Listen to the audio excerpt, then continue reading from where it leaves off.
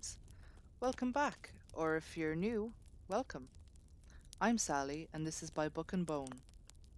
I know it's been a little while since I posted a video. It's just that I became really busy the last few weeks and I didn't have the time to put out any sort of a video, and I didn't want to put out something that I wasn't happy with. But I've seemed to have a little bit quieter these days, so hopefully I'll be able to put together some videos at a more reasonable timeline. I'm sure that most of you know what a TBR is, but just in case that you don't, a TBR is a list of books that you intend to read. Most readers have, at some point, at the very least, a vague list of books that they'd like to read. Others have specific stacks, a physical stack of books that they want to read in a specific order. That's a bit tough for us mood readers. So, like many, I just have a large list of books that I would like and intend to read at some point. However, I haven't heard anyone talk about Author TBR, and I'm not really sure why. Surely most of us have a similar list of writers that we have to read. Maybe they've written several classics or a really important one off novel. I think one rule of this list is that the book that you want to read by an author is less important than wanting to read the author. And that's why today I've decided to go through my list of my author TBR, and I'm going to challenge a few of my friends, my bookish friends, to do the same. So if you see this video and you want to create a video on your author TBR, please do. I'll watch it and I'll engage. Well, let's go through my list. Liu Cixin. Please excuse my pronunciation. I have looked it up and tried to practice a bit, but I might still butcher Liu's name.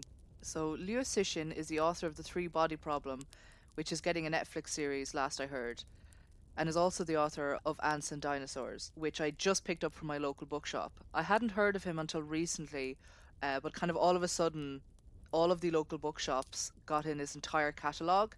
I was just, like, suddenly entire shelves were from this author I'd never heard of. And the blurbs and sudden appearance of these books, despite me never having come across them on Bookstagram, had me intrigued, but because I'd never heard of them or their book, I didn't have a specific book in mind, and they all sounded really interesting. Unfortunately, I have heard that Liu Cut's a controversial figure openly supporting Chinese re-education camps, though he is Chinese and still loves China as far as I'm aware, still lives in China as far as I'm aware, so maybe he has to. I'm not educated on the particular topic to hold a strong opinion on whether you should support an author after a statement such as that.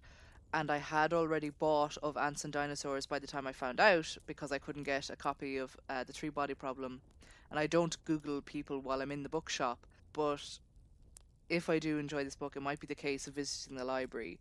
I'd love to hear other people's opinions on this, because my first author for this list is kind of controversial, so I would like to know your opinion.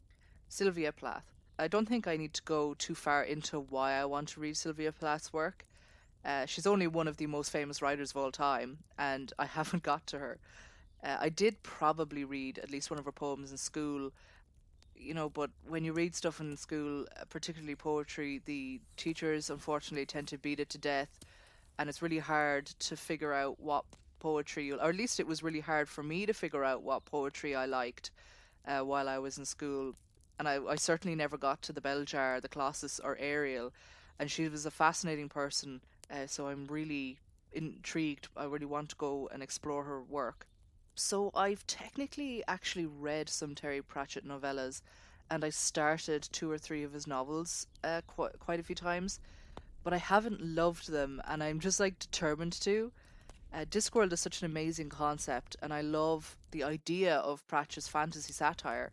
And I remember being obsessed with the Hogfather TV movie when it came out when I was a teen, and everyone seemed to love his books, so like I feel like I need to. On top of that, Sir Terry Pratchett himself was an amazing person.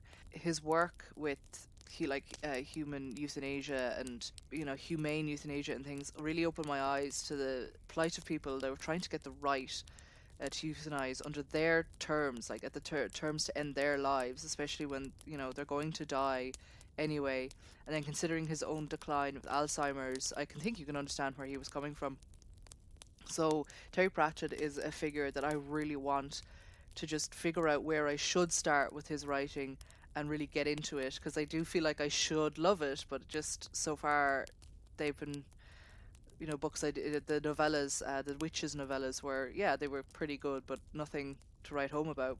Fond is an author who I don't know much about as a person, but several of their series or books have seem really intriguing, and I see quite a lot of them on like booktube or bookstagram, book talk and things. So they, like, people are really aware of their work, and I kind of feel like I'm behind, and it certainly seems that some of her series are finished. So Rachel Carson is perhaps one of the lesser known authors on this list. She's sort of a scientific hero for me.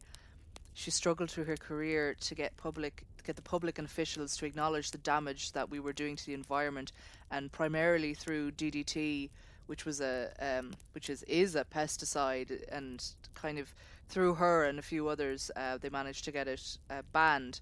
But I watched a movie that was a documentary about Rachel Carson's life, and it also seems like she may have been kind of a sapphic hero as well in the scientific community. Her books about the environment and particularly the ocean are meant to be really wonderful. So it's like from a layperson's perspective, quite a bit, and how important she was to the early days of the environmental movement.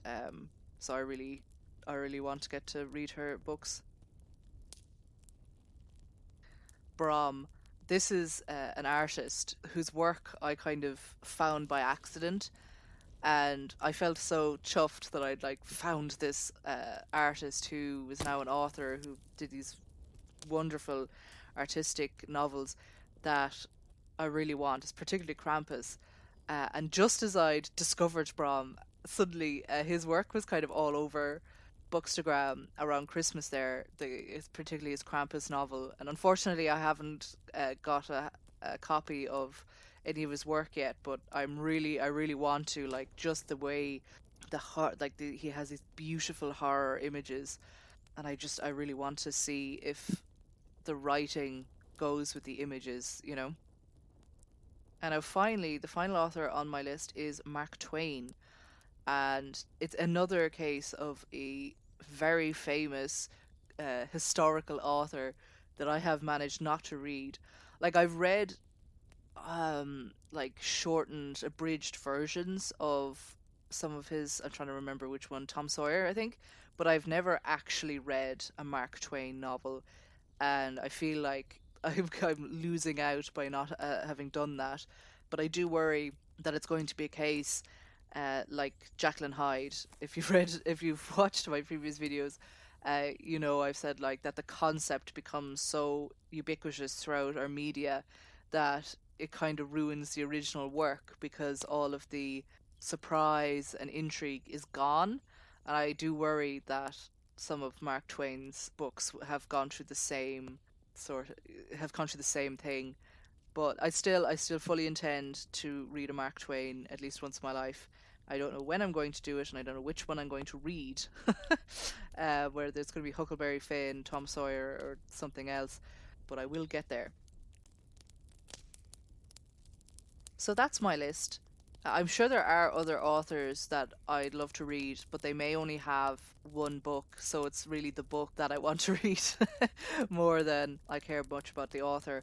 And I'm really intrigued to know what you guys like. What authors do you really want to read, but you're not entirely sure what book? The book isn't really as important as the author. Do you lean more towards classical authors that you haven't got to, or is it newer authors or lesser known authors maybe that other people haven't read that you'd like to support? And I'd also like to know, are you aware of like the authors themselves as people?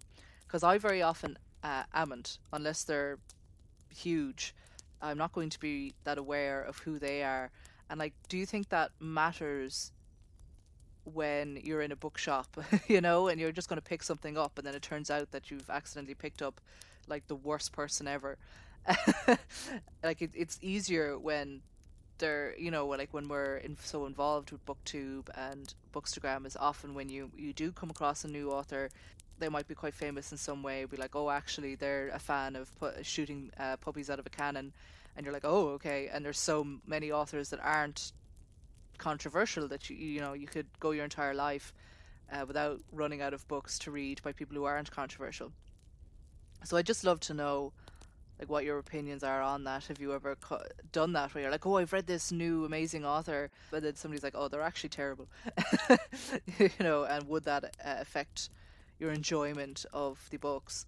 And also, I really would love if whether or not you're on Instagram or YouTube, if you're going to post an author TBR, do tag me because I will come and look. I'm really intrigued to see people's author TBRs. So, thank you so much. If you've watched this far, thanks so much. Please do leave a like or a comment. Let me know how I could be doing better. Let me know what you like. I'm delighted. Anything, and I'll hopefully have a short video up for you next week.